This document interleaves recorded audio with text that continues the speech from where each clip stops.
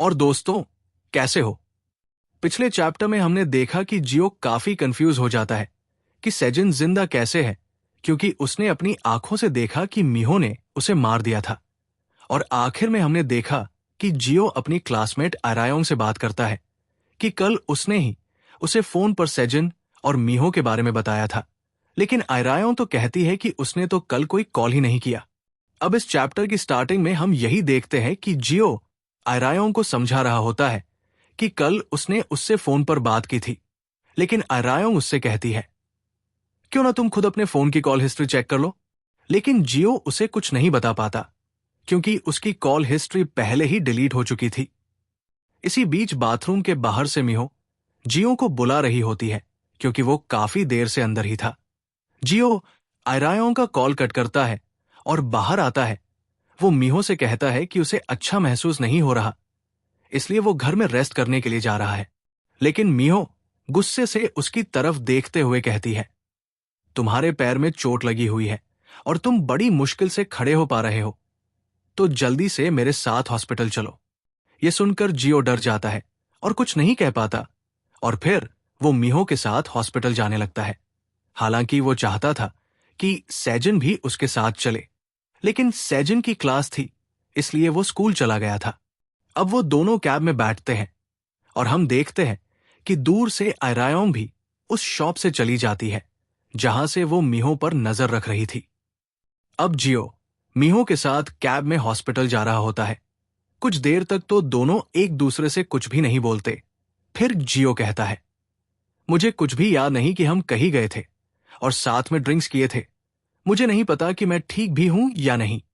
लेकिन मीहो उसका हाथ पकड़कर कहती है, मिक्र मत करो, सब कुछ ठीक हो जाएगा। अब वो दोनों हॉस्पिटल पहुंचकर डॉक्टर को जियो की प्रॉब्लम बताते हैं। डॉक्टर जियो का बॉडी चेकअप करने के बाद बताता है कि उसके दिमाग में स्किज़ोफ्रेनिया नाम की एक बीमारी है, जिसकी वजह से उसे हैल्यूसिनेशन आ रहे हैं। डॉक्टर उन्हें कुछ दवाइयां देता है और कहता है कि इन दवाइयों से ये प्रॉब्लम ठीक हो जाएगी। कुछ देर बाद हम देखते हैं कि मीहो जियो के साथ बाहर आती है। यहां मीहो उससे पूछती है, क्या मैं तुम्हें अभी मॉन्स्टर लग रही हूं? जियो पहले तो कुछ नहीं बोल पाता, लेकिन फिर उसे भी लगने लगता है कि शायद जो कुछ उसने देखा वो सब उसका भ्रम ही था।